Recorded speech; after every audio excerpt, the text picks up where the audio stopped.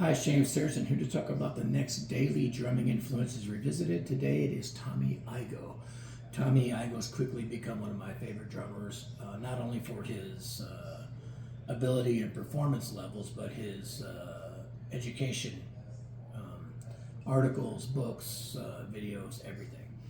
Now, I first became aware of Tommy through a group. I think it was called the New York Voices, and I heard some recordings. It was pretty inspired by some of the drumming, and and then I saw him in a clinic at PASIC one year, and I think he was playing Premiere at the time. And if I'm not mistaken, I might even have a disc that was a CD that was put out with him doing some tracks, and it might be some of them drumless or something. But there's I think it's a 4-song EP that was put out that I have. And then he quickly became more and more known in the education world through his videos or through his post, I guess you would say, on the Big First website of Essential Grooves.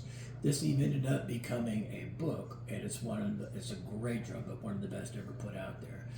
And then he put out DVDs explaining the I think is it 40?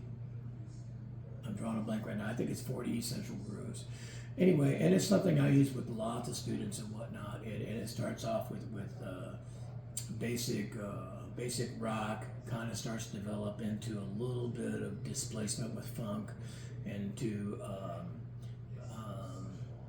hip hopish type grooves, into the jazz swing idiom, into what they call Latin and world percussion. And that's invaluable to any students wanting to learn how to do those kind of things. Even though each one is just a blueprint, and you can kind of take that and run with it. And he does that in his demonstrations of them. It's not like you learn one bar and that's all you're ever going to play. But he would demonstrate them and have little in the book, little. I guess you would say additions that you could do, and then he would play the track slow, and he would play it fast to show you the different things. And then he did an Essential Grooves too, that just took it a lot farther and definitely more complicated, and got into some brushwork and stuff like that. But tremendous stuff. I feel like I'm going to sneeze, so excuse me. I knew it was coming. He also came out with a DVD later called Great Hands for a Lifetime. And this really, really inspired me in his approach to loosening up, because I was trying to get looser because the marching approach that I had grown up with was a little bit tighter than what he was doing there.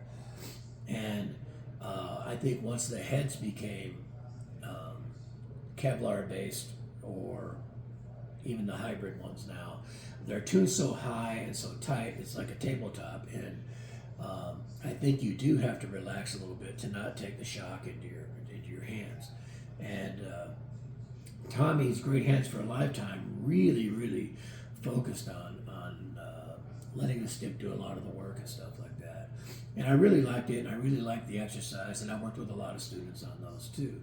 And he had it divided up into categories, and you could call it difficulty levels, or you could call it tempo zones. And he had this whole diagram poster about how to work it and everything. And when you see at the end of the video where he's going through it, and he goes back to a home base double stroke rolls or something, it starts to make sense. But when you first do it, you might be a little confused on the path of what you're supposed to do. Now, the reason I bring up Tommy Igoe, he's had a lot of videos that he's posted of him playing with a jazz big band at Yoshi's, and videos of him and different drummers together, specifically Scott Johnson and him. They're always entertaining and whatnot. But I don't know Tommy personally. I've met him. I had him autograph some stuff, but it's not like he would know who I am. But I had a stroke a couple years ago and temporarily lost use of my right hand.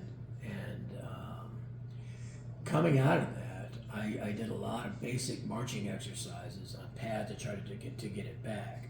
And one of the things that I delved into was going back to the Great Hands for a Lifetime DVD, and also going to Tommy's, in this case it was Instagram, and going back to some of the live warm-up or workout sessions that he was doing specifically during COVID, and attempting to play along with him, and to develop and get some of that dexterity back. And so he would never know it, but I owe a lot of gratitude to him because it was one of the anchors in helping me get a lot of my dexterity and stuff back. If I don't have it all back, it's because of me, certainly not because of that, because I'm guilty of not putting the time in sometimes that I should. But great thing, I highly recommend it to anybody, and it was a lifesaver for me. So I hold Tommy in very high esteem. Again, I don't know him personally, but I know that his drumming stuff is something I'm really into and whatnot. And so he became an inspiration back in 2012. He's an inspiration today, and was very important in my recovery. So the drumming influence for the day, Tommy Igoe.